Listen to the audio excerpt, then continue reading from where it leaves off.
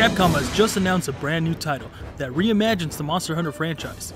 It's cute, it's charming, and in fact is nothing like the other Monster Hunter titles. It's a trailer brimming with personality, and we here at GameGods are going to pick it apart to see what we can find. Throughout our trailer, we'll see a lot of new material, but if we examine closely, we can still recognize remnants of the previous Monster Hunter games. We start off our trailer with what seems to be our protagonist and his palico. Now this scene should be recognizable to anyone who has played a fair amount of Monster Hunter. It's the typical steal egg from monster scenario, and if we look closely, the sneak animation to our protagonist not only seems like a direct copy from the previous Monster Hunter installments, but could also be a hint towards the type of freedom a player will have in this title. But I'll get to more of that in a second. Next we have a monstrous T-Rex burst through the trees and the Kelby try to run for cover.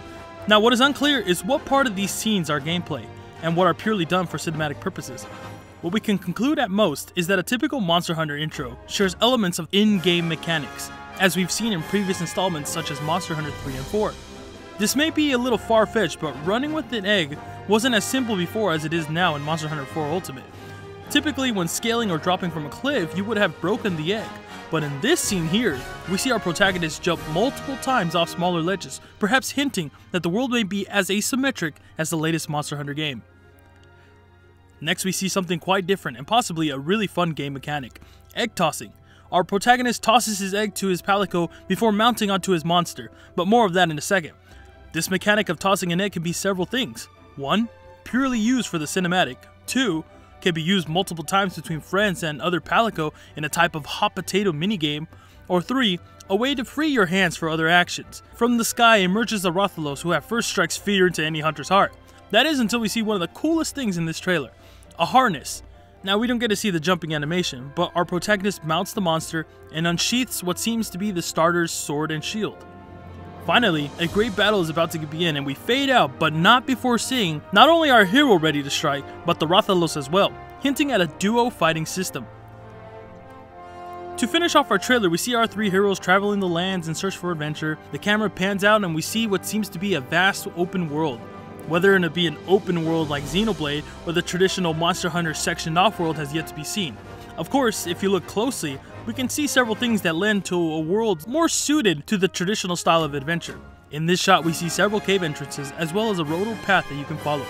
Here we have what looks like a palico structure or ruin. And here we have something we don't see often, windmills. Could this be a town you can go to? Or perhaps it's a starting point or a camp.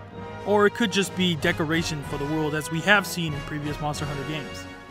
The last thing I want to address before we finish it off is probably the most controversial word of this trailer, RPG. Going back to what we said in the beginning of the analysis regarding the gameplay freedom, RPG can mean many things. Is it a traditional RPG in terms of Final Fantasy or Bravely Default? Or is it action-oriented like Kingdom Hearts or maybe the other Monster Hunters before it? Or what if it's an RPG in the vein of Pokemon, complete with minigames and monster capturing? And to further support that last statement, at the very end of the trailer, it finishes off with the stolen T-Rex egg beginning to hatch. Not to mention that the title card itself has an egg in the font. Will players be able to capture eggs from different species of monsters, then raise it and train it and let it become your mount throughout the game? Maybe we're just shooting in the dark, but the trailer still leaves a lot of questions. Does the word stories in the title hint at a linear narrative? Will we be able to create our own characters like we could before? Can we customize our palico? Can I capture a Tetsukabra? Please Capcom, that's all I want.